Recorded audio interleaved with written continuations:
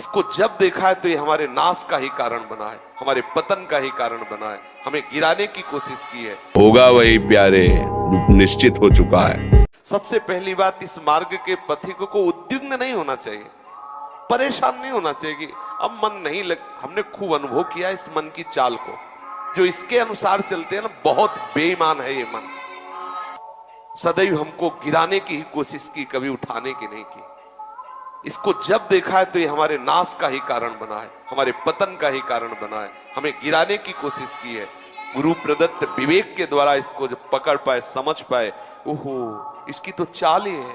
जरा सा भी अगर हमें कहीं भी भागवती का आनंद मिलता है, उसी आनंद में हम थोड़ा सा ढील करते हैं और ढील पाते ही हमें वही विषय में गिरा देता है जहां हम फिर बैठे जलते रहे।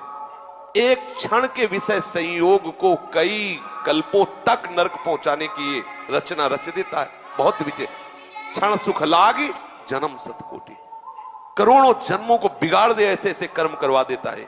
इतना बेईमान है। चतुर उपासक इस पर दृष्टि रखे, इसकी दी हुई प्रेरणा को पहले संत सदगुरुदेव शास्त्र मर्यादा में देखे। अगर वो है तो कोई बात नहीं, होगा नहीं है तो उसकी कदापि बात ना माने, नहीं तो नष्ट कर देगा पक्का पक्का पक्का। ये अनुभव की बात कर रहे हैं। होगा वही प्यारे, निश्चित हो चुका है। अब उस निश्चय को अगर कोई टाल सकता है, एक महान शक्ति है, राधा राधा राधा राधा राधा। तुम्हारे सोचने से कुछ बन बिगड़ थोड़ी जाएगा।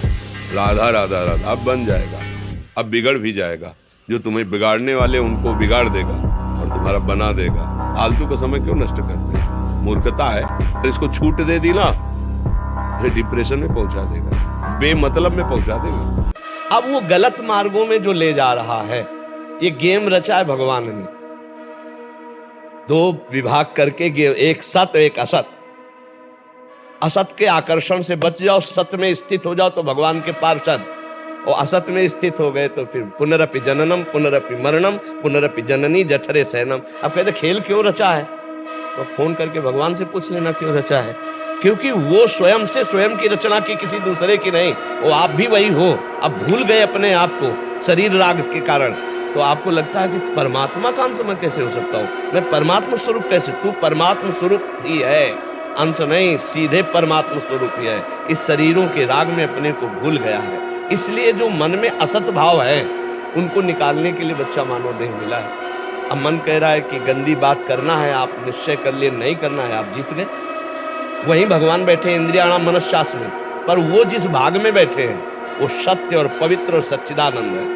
अब असत भाव को छोड़ो, श्री कृष्ण अनुकूल लेन प्रतिकूलस्य वर्जनम, प्रतिकूल आचरणों का त्याग करो, पूरा मन भगवान बन जाएगा। पर करना ये तुम्हें पड़ेगा। ये गेम है, ये खेल है, ये तुम्हें करना पड़ेगा। गंदी बातों का त्याग करने के लिए तुमको तत्पर होना पड़ेगा। जैसे अभी पीछे वाले में कहा कि हमें माया पकड़े, तो हमें बताओ कौन सी माया पकड़े, क्या पकड़े? आप पकड़े हो, आपको माया नहीं पकड़े, आप पकड़े हो। रुपया से आप प्रेम करते हो, स्त्री से आप प्रेम करते हो, शरीर से आप प्रेम करते हो, नाना प्रकार की वासनाएं व्यसन आप करते हो। आपको जबरदस्ती किसने पकड़ा है? आपने सबको पकड़ रखा है। आप छोड़ दो, कहाँ माया है? कौन पकड़े हुए? आप ही शरीर राग से, आप ही नाना प्रकार के आचरणों से फंसे हो। तो समझ पा रहे हो बच्चा, ये खेल है। इस खेल में आपको जीतना है। नाम जप करते हुए, सत्संग सुनते हुए, हमें गंदे आचरण वाला जो पार्ट है मन को, उसको शुद्ध करना। अगर उसको शुद्ध कर लिए तो इंद्रियाणाम मनश्शास में मन भगवान श्री कृष्ण, वही तुम्हें अनुभव हो जाएगा और आप परम पद के अधिकारी हो जाओगे, भगवत पार्षद बन जाओगे। अब जैसे योग्यता के बिना कोई पद मिलता है क्या? आप विचार, अयोग्य आदमी पद में बैठ भी जाए तो वो टिक नहीं पाएगा। तो ऐसे ही भगवान का जो परम पद है, वो परमेष्ठी ब्रह्मा के भी पद से श्रेष्ठ है। जैसे अपने भारत में राष्ट्रपति पद है, तो इससे श्रेष्ठ जो है देवलोक के पद है। लोकपाल वरुण, लोकपाल अग्निदेव, लोकपाल वायुदेव, इनसे भी बड़ा पद इंद्र का है, देवराज इंद्र। इनसे भी बड़ा पद जो है गंधर्वों और प्रजापतियों का। फिर उसके बाद सबसे बड़े प्रजापति पारमेष्ठी पद ब्रह्मा जी, और उससे भी बड़ा पद है भगवान का पार्षद पद, भगवान का दासत्व पद। तो काम विजयी, क्रोध विजयी, लोभ विजयी, मोह मद, इनसे विजय प्राप्त किया हुआ, सब में भगवान की भावना, वो भगवत स्वरूप माना जाता है। तो अब उसी मन में भगवान है, उसी में भगवान है, पर वो प्रक्रिया के द्वारा मन के असत वासनाओं को हटाकर भगवान को प्रकट करना होगा। यही साधना है। जैसे